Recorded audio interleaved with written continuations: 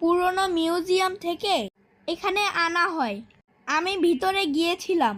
ওখানে 22টি royal mummy সংরক্ষণ করা আছে।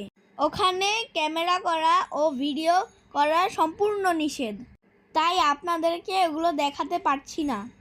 এই 22টি মমির মধ্যে উল্লেখযোগ্য রামেসিস II, থুটমোসি, সেটি I, হ্যাটশেপসাট এগুলো সংরক্ষণ করা আছে। এগুলো দেখার সময় আমার যে কিরকম লেগেছে তা বোঝাতে পারবো না আপনাদের। এই জাদুঘরে 50,000-এরও বেশি নিদর্শন রয়েছে, যা মিশরের ইতিহাসে বিভিন্ন যুগকে দেখায়। প্রদর্শনীগুলো 8টি ঐতিহাসিক সময় ভাগ করা হয়েছে: প্রাগৈতিহাসিক যুগ, প্রাচীন রাজবংশীয় যুগ, ফারাও যুগ, গ্রিক রোমান যুগ, কপ্টিক যুগ, ইসলামিক যুগ, আধুনিক যুগ ও সমসাময়িক যুগ সম্পর্কে আমাদের একটা ধারণা দেয়। এই জাদুঘরে 5টি অংশ রয়েছে।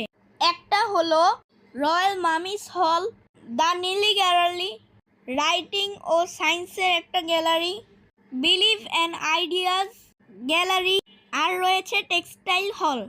বর্তমানে এনএমইসি মিশরের অন্যতম গুরুত্বপূর্ণ আধুনিক জাদুঘর এবং পর্যটকদের জন্য পুরোপুরি খোলা। এটি মিশরের সাংস্কৃতিক এবং গবেষণা কেন্দ্র হিসেবেও কাজ করে। এখানে নিয়মিত আন্তর্জাতিক প্রদর্শনী, সাংস্কৃতিক অনুষ্ঠান ও গবেষণা কার্যক্রম চালু রয়েছে।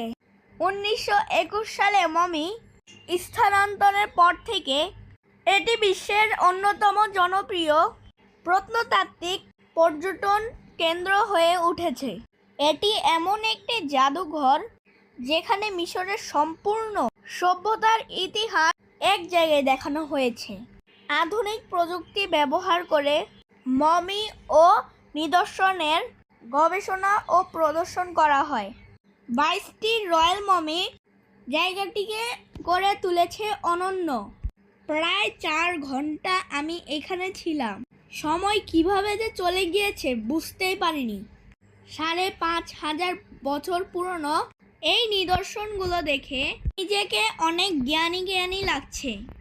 যাই হোক, আমার ভিডিওগুলো যদি ভালো লেগে থাকে তাহলে অবশ্যই লাইক সাবস্ক্রাইব করে দিবেন, যাতে পরবর্তী ভিডিওগুলো আপনি দেখতে পারেন।